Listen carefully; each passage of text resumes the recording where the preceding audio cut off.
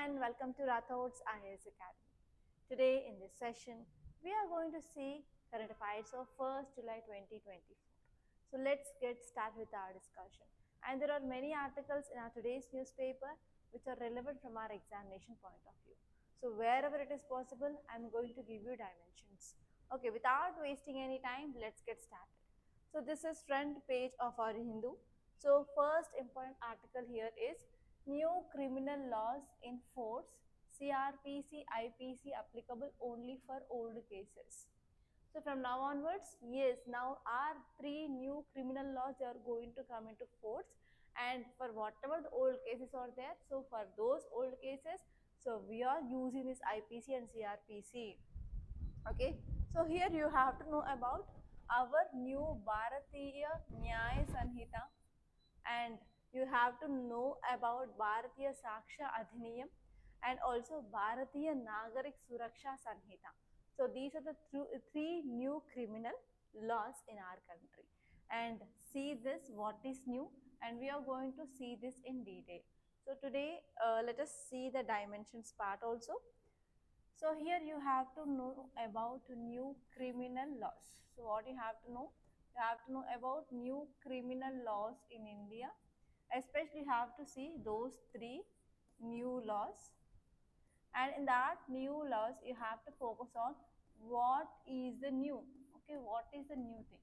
And from this area, you can get both prelims and as well as mains based question. Clear? Now let us see this thing in clear. Okay, so what is summary? So here new criminal laws, they are in force now. So for only old cases, we are going to implement this IPC and as well as CRPC. That's the thing. And if you see some key highlights, so this article says that implementation of new criminal laws, which is one of the significant shift in our legal framework in our country. Okay, so that is the one thing. And you have to know about which are the new laws replacing our old laws like IPC, CRPC and Indian Evidence Act. So already we had discussions on that number of times. And next one is our central government has introduced these new laws, especially to amend some old provisions of the CRPC and as well as IPC and Indian Evidence Act. And we came with some new things. Okay, so that is the thing which mainly said. So now let us see those 3 new laws in our country and what are the changes, new changes. That is very important, and that is the focus of this article actually. So our Indian Parliament passed 3 bills to replace Indian Penal Code, CRPC and as well as Indian Evidence Act. Okay, in our criminal justice of our country. So first one is our Bharatiya Nyaya Sanhita. So it is having some important crimes which had been included. So these are the new crimes now we are facing in our present generation. So first one is mob lynching. So there are some provisions which are going to deal with this mob lynching in this new law. And even regarding sexual offences, there are stricter punishments for especially crimes like rape and as well as acid attacks, because in the recent days there is increasing of acid attacks are happening. And next one is organized crime. So for this organized crime, we are going to take more measures to combat this organized crime and as well as terrorism. And next one is cyber crime. So for the cyber crime, we are having the new sections to address the cyber crime and as well as digital offences, etc. And even whatever the language that we are using in this new law, which is of very simple language, so we can understand that easily. Okay, so that is the first one. And the second important law is Bharatiya Nagarik Suraksha Sanhita Bill. So it is going to replace our CRPC, that is Criminal Procedure Code. The first one is going to replace IPC. So here in this new bill which is replacing the CRPC, so we are having some provisions which are related to speedy trials. Like we have to include fast track courts and special courts to give the justice fast. And next one is victim rights. So there is enhanced rights and as well as protection of victims, including compensation. So this provision is also included in this new law. And next one is we are also having some bail provisions. So we have revised rules and we came with the new rules for granting of bail. And next one is technology use. So we are also increasing the use of technology, especially to make this investigation fast and as well as for the processing of court litigations, etc. And next one is police accountability. So here we are taking some measures to improve accountability of police and oversight. So this is about our second law. And next one is we have Bharatiya Saksha Bill, which is going to replace our Indian Evidence Act, right? So here under this, what are the provisions? So we have clear-cut guidelines. So we are going to have clear-cut guidelines of digital and as well as electronic evidences that we are using. And even there are some strong protections for witnesses, and even there is also a provision of anonymity in certain cases. And this one is we're also increased using of this forensic science in investigations. So if you're watching this CID series, you can understand how forensic science will be very helpful in investigation of cases and to catch the culprits, right? Okay, and one more thing here is, so in this new law, they came with streamlining of procedures, okay, because of increasing of new challenges, and as well as we are focusing on reliability of evidences. So all these things are very important. And actually from this area, there is a very high chance of getting your mains question. So here I am going to give you one mains question for your practice. Try to write an answer for this question. So question is, critically analyze the proposed changes in Bharatiya Nyaya Sanhita Bill 2023, and next one is Bharatiya Nagarik Suraksha Sanhita Bill 2023 and Bharatiya Saksha Bill 2023. So how do these reforms aims to modernize the criminal justice system in India? Discuss their potential impact on efficiency and as well as fairness of justice delivery. So try to write an answer for this question for sure, don't forget. And now let us move on to our states page. So before that, here you can see one important article. India identified 641 fauna species and 339 taxa of plants in 2023. So in 2023 itself, because of our botanists, our zoologists, etc., so they went for identification of new species. Okay, so here how many they find? 641 animal species and 339 plant species in 2023. Okay, so you have to know this about our biodiversity, and this article is important from our environment and ecology, especially under this biodiversity topic. There you will be studying about alpha, beta and gamma and what is that, everything that you have to connect with this. And you can leave this page and you can directly move on to states page. So in states page also there are some important articles. So here there is one article that is meningoencephalitis claims, two lives in Kerala officials.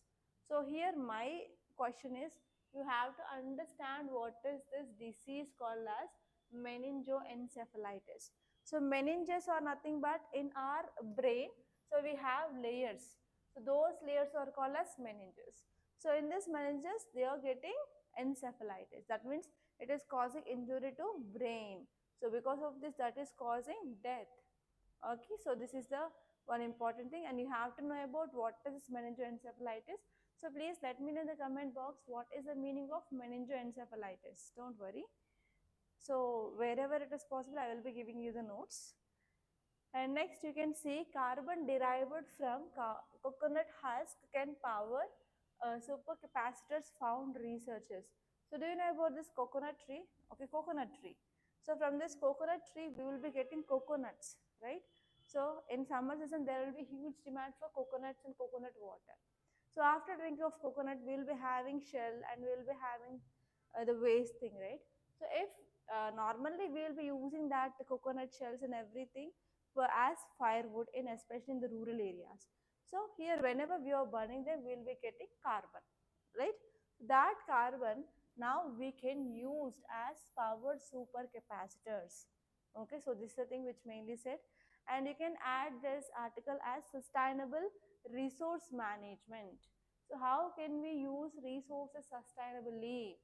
Okay, so we can use this carbon which is derived from this coconut husk also as a super capacitor. So this article you can add as a case study in your science and technology. Clear? Yes, that is the thing you have to know. And next, if you see in this editorial page, there are two articles which are very important from your editorial today. So first one, it is about quote on climate right, how India can enforce it. So what are the dimensions that you have to see? So this article is talking about climate change. So if you go to very recent past, around 2 months back, Supreme Court gave a judgment that right against climate change, it is a fundamental right under Article 21 of our Indian Constitution. Under Article 21, this right against climate change is a fundamental right. Okay, so in this context, so what are the steps can be taken by government to ensure this fundamental right to the citizens of our country? Okay, so this is the idea behind this article. And you can get only mains based question here, and recently in 2024 prelims, the question was based on Article 21. So Article 21 question came like 3 times from last 3 to 4 years. Okay. So in this way, if you see any judgment, Supreme Court judgment in news, and that will be very important for your prelims. And from this topic, you can get only mains question. So it is important from your GS paper 2 polity, and even we can connect this topic with GS paper 3 under environment and ecology. Clear? Now let us see this article in detail, guys. So what is the summary? India need to take new climate action so that we can ensure new climate right to the people, right? So here Supreme Court of India recognized that new climate right, and we need to protect citizens against adverse effects or adverse impact of climate change. So here this is the thing which mainly highlighted by our Supreme Court, and that judgment name is Ranjit Singh judgment. So Ranjit Singh judgment, which highlights about importance of prioritizing renewable energy development. So how can we address this climate change concerns? Yes, if you're taking some steps, like if you're moving towards renewable energy sources, yes, we can address this issue. So that is the thing which mainly said. And next one is climate legislation. That means whenever government is taking any laws or any policies or any acts to control this climate change, then it is called as climate legislation. So this climate legislation is very, very important to protect the climate rights of people. So for this, we need like effective systematic governance framework so that we can address this impacts of climate change in a long run. And whenever government is taking any policies measures, so it needs to focus on mitigation, and even it needs to focus on adaptation measures. So those two need to be taken into consideration. And this effective climate legislation should enable participation from diverse sectors like government sector, business, civil society, communities, etc. So all needs to be taken care of. All these are the important stakeholders which are involved, and whenever government is taking measures, so all these people need to be taken into consideration. Okay, so that is the thing which mainly said.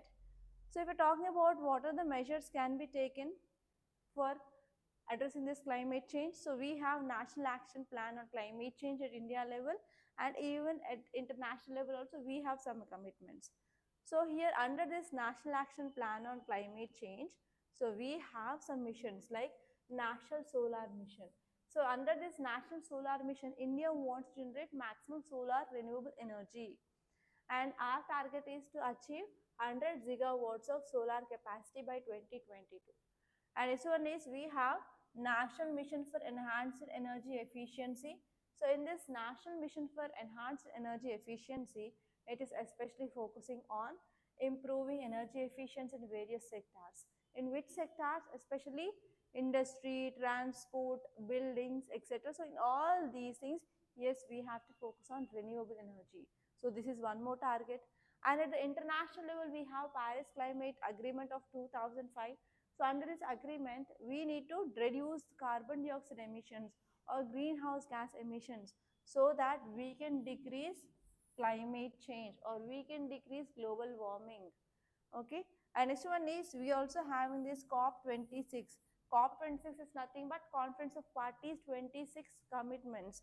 Okay, so India wants to reduce we have to reduce carbon emissions, and we have to achieve this net zero carbon emissions, that is carbon neutrality by the target year is 2070. By 2070 we have to achieve this carbon neutrality. So all these things are there, and I want to give you again one mains question, that is evaluate the measures taken by India to combat climate change, and discuss their effectiveness in achieving country's climate goals. And on another side, they also asked about highlighting of challenges, and we have to give some measures to overcome them. Okay, next topic, it is about PMLA. So many a times we discuss this topic, even though articles are coming regarding this Prevention of Money Laundering Act. So this topic is important from your GS paper to under governance, and even from GS paper 3 under economy also this article is important. From governance, we will be studying about this PMLA as one law or legislation or policy of government to control money laundering. And from economy point of view, we will be studying about money laundering, round tripping, etc. Hawala transactions, those things that you will be studying from your economy point of view. So what does this article say? So article says that ED, Enforcement Directorate, is questioning the people whenever they are going for money laundering according to this PMLA, and mostly this ED is misusing this PMLA. So this is the one allegation that we can see in the news. So here we are focusing on only what is this PMLA, that is Prevention of Money Laundering Act. So when it was enacted by government or Parliament of India in year 2002. Okay, so why, what is the important reason, especially for prevention of money laundering in India? And even if there is any money laundering is happening or any illegal activities is happening, so they'll go for confiscation, that is taking of property of that so and so person who involved in that money laundering. And if you see what are the objectives, the first one is they want to prevent money laundering and as well as other related activities of money laundering. And next one is confiscation of property. So we need to provide confiscation of property. So whenever money laundering is happening, so with that money laundering, whatever the property they are getting, that property will be taken away by the government under this Prevention of Money Laundering Act, that is called as confiscation of property. And next one is deal with financial crimes. So even this act which also addresses the crimes related to the finance, including drug trafficking, arms trafficking, tax evasion, fraud, corruption, etc. And next, if you see what are the provisions of this Prevention of Money Laundering Act. So first, it will be dealing with definition of money laundering. We have to know what is the meaning of money laundering so that we can understand. So this act is dealing with what and what's. Okay, so first one is it will be giving about the definition of money laundering. And next one is offenses under money laundering, or like we are treating this money laundering as a separate offense, that is a separate crime. And even the people who are involving in that, the individuals and organizations, so they will be subjected to prosecution if they are involving in any money laundering activities under this Prevention of Money Laundering Act. And next one is it also deals with confiscation. Confiscation is nothing but whenever money laundering is happening, they are getting huge money. So with that money, they will be purchasing any assets or property. That property will be taken away by the government under this act. And next one is Enforcement Directorate. So who is the agency who is using this power to do the investigations? That is Enforcement Directorate. So Enforcement Directorate, it is one of the primary agency which will be investigating this prevention of money laundering offenses, and they can catch, they can confiscate, and they can manage the properties and under this act. So this act is giving more power to ED. So because of this, always ED will be in use. And this one is we have Financial Intelligence Unit. So this Financial Intelligence Unit is responsible for processing, for analyzing, and also disseminating information. And especially banks, institutions, intermediaries, they are required to report transactions as well. And who is adjudicating authority? We have appellate tribunals. So they will be dealing with this money laundering cases. And we're also having some special courts. So why we need special courts, especially for the speedy trial and speedy disposal of justice, we need this. And this process is also there under this PMLA. And next one is we're also having international cooperation. That means if this money laundering is happening between the countries, so we'll be taking help from the other countries also to get information and to adjudicate the cases. Yes, we're also having this provision of international cooperation. So all these are the important components of this PMLA, and it is not a new topic at all. And let us see the mains question. Discuss objectives and key provisions. So objectives I kept in a box, and key provisions in this mind map. So you can write that. And next part of the question is you have to evaluate effectiveness in combating money laundering. So how, even though we are having this PMLA, many a times you will be seeing this type of articles now and then in news, especially ED. So you can understand what is the effectiveness of this PMLA, how it is controlling or how it is reducing or preventing money laundering in India. So that thing that you have to see. And apart from that, one more question is you have to highlight what are the challenges faced in implementation. So how many sub questions are there? 4. First one is objective, second one is provisions, third one is effectiveness, and fourth one is challenges. So whenever you are writing any answer, first you have to decode the question and you have to write an answer according to the decoding whatever you did.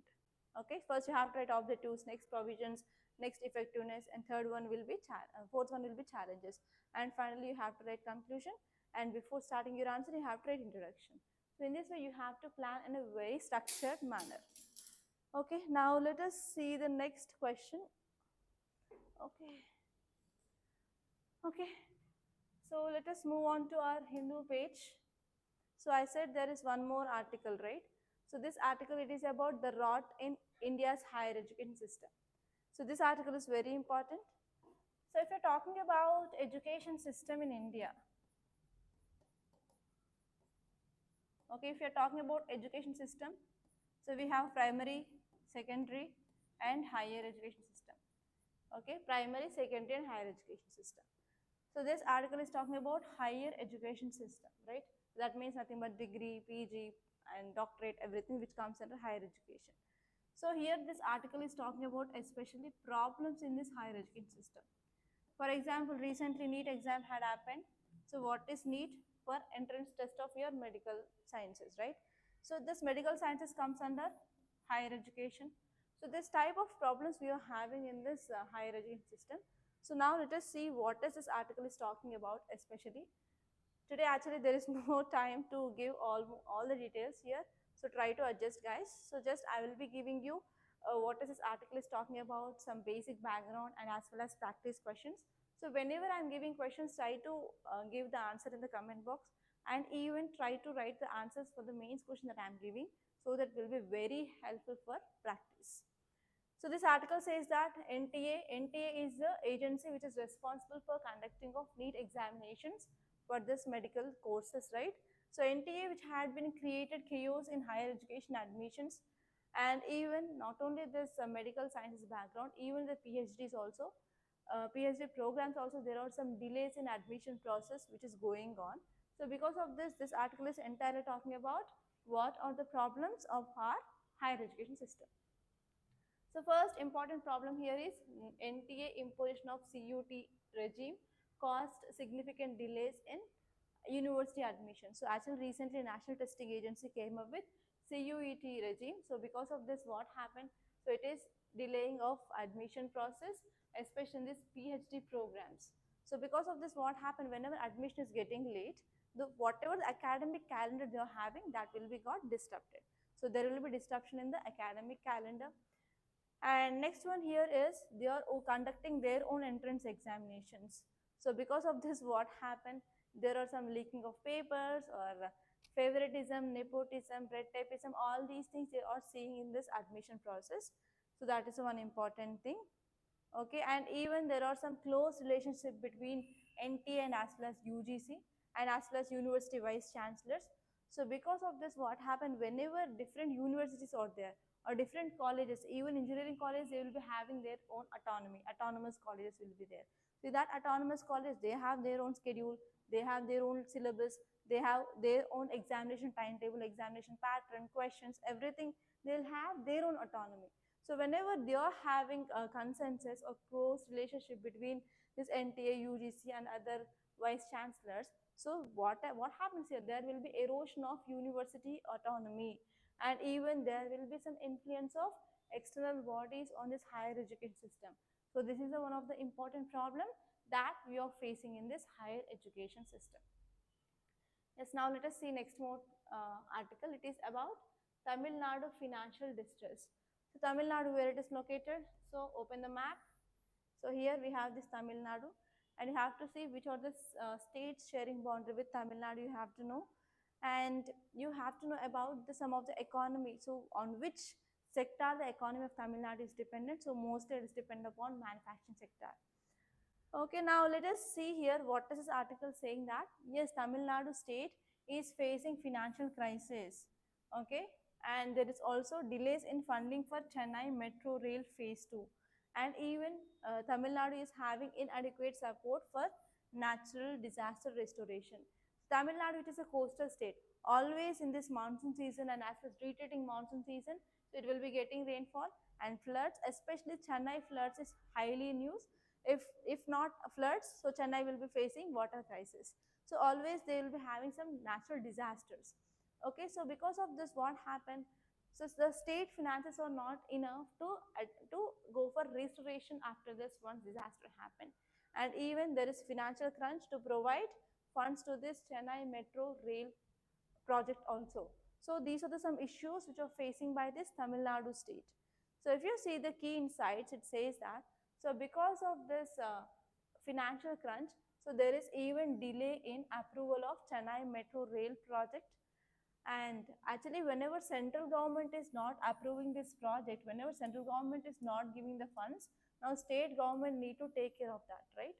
So whenever central government is not giving funds here, so say whenever the state government is giving funds to that, then what happen? So it will cause us financial crunch or financial strain on this Tamil Nadu state government. So now Tamil Nadu state government is forced to take entire project burden or entire project cost. So this is one important issue.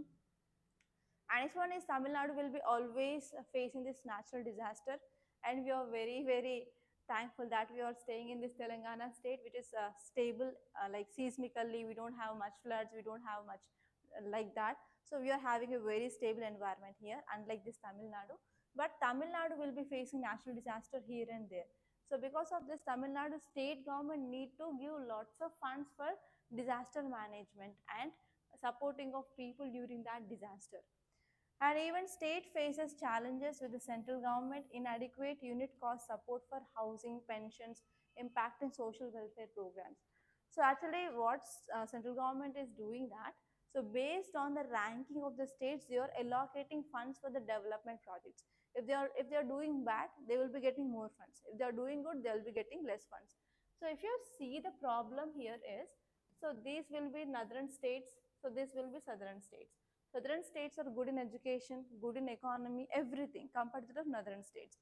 So here northern states, they will be getting good amount of funds from the central government compared to that of southern states. So this is one important problem. Now here Tamil Nadu is not getting enough funds for pensions, for housing, so that it is having impact on social welfare programs of state of Tamil Nadu. That is also one important issue. And this one is Tamil Nadu state also requiring to meet cess and surcharge with basic taxation rates aims to ensure fair distribution of funds. So here the thing you have to focus is cess and surcharge. Okay, so in taxation chapter, Ramesh sir will be dealing with this cess and surcharge. So cess and surcharge both are tax on tax. Okay, it is nothing but on the tax they will be adding some more tax they have to pay, and this is called as cess and surcharge. Cess is nothing but for certain purpose. So central government is collecting cess for certain purpose. For example, education. For example, we have education cess. For example, cleaning and sanitation. For example, that is Swachh Bharat cess, Krishi Kalyan cess. So like that, if they are collecting for certain purpose, it is called as cess. And next one is surcharge. Surcharge is also tax on tax, but they will be correcting. There will be no purpose for that. So for whatever they want to use, they can use. But says only for that purpose only they can use that money which is collected. The problem here is whatever the cess and what are the surcharge collected by the center, that will be not shared by the states. So whatever the amount they are getting, they will be not giving even a single rupee for the states. So now Tamil Nadu is saying that we are getting very less funds. So try to use that cess and surcharge. So at least some basic amount to give to the states.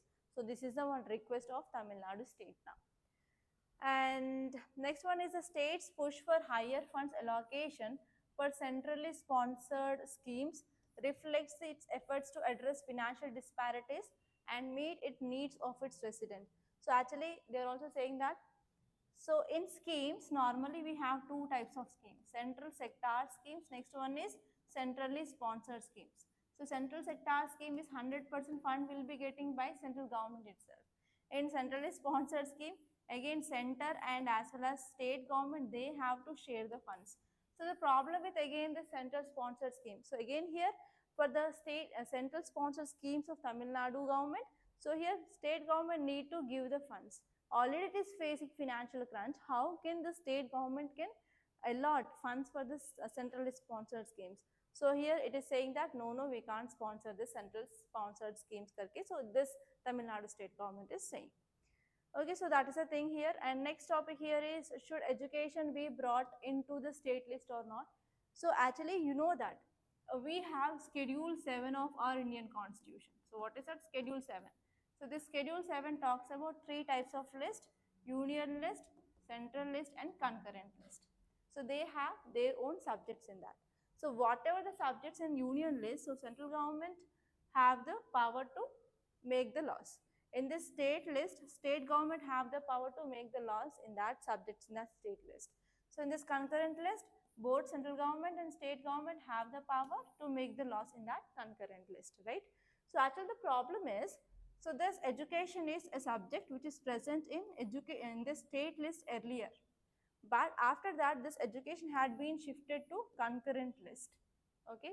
So now here the question is whether we have to bring back that education from concurrent list to state list or not. So this is the debate. Okay. So here when it was changed in year 1976 itself, so this subject of education had been shifted from state list to the concurrent list.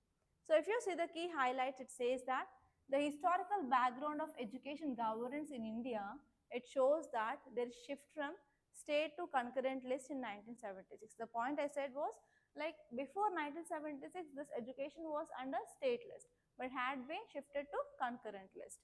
And as well as international practices, they vary in governing education. In some countries, they have decentralized approach, and some other countries have centralized.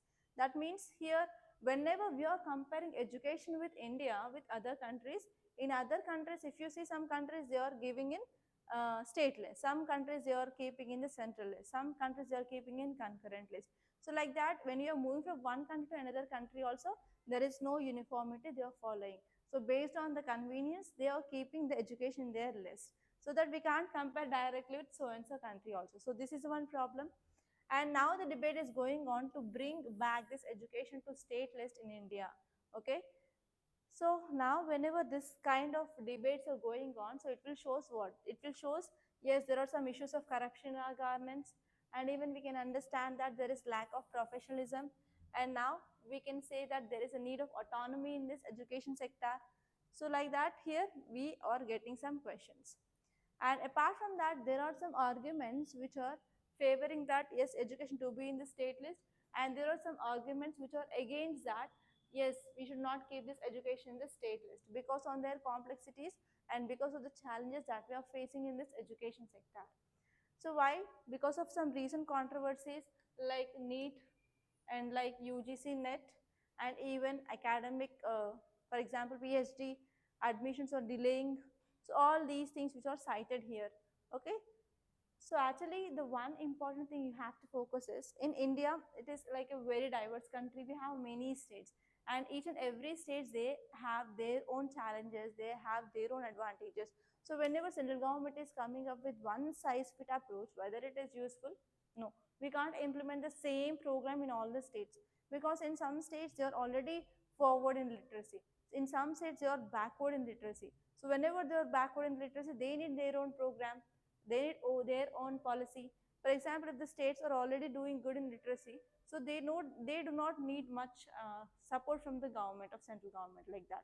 So because of this, this one size fit all approach will not be workful. It is not even feasible, it is not even desirable. Okay, we need to give autonomy to the states based on their performance in that so and so literacy or education sector. So this is the thing which mainly said in this article. Okay, now let us move on. So I discussed about these two articles of text and context. Mhm. Now in this news page, I see there is one article. It is about DRDO takes up study on development of indigenous conventional submarines. So these submarines are very, very important. Okay. So this topic is very important, and especially have to see like what is a submarine. And here it is talking about conventional submarine. So here we have different types of submarines, and here you have to see what are the advantages or applications of submarines and in which areas we can use. For example, it will be useful for especially management, sonars, communications, electric warfare suit, etc. So you have to see especially in which areas we can use the submarines, what are the applications, etc. And that's it. So these are the important articles that appeared in our today's Hindu newspaper. So by this I'm concluding. So please do like this class, share this class to your friends, and don't forget to subscribe to Rathods IAS Academy. And thank you so much for watching.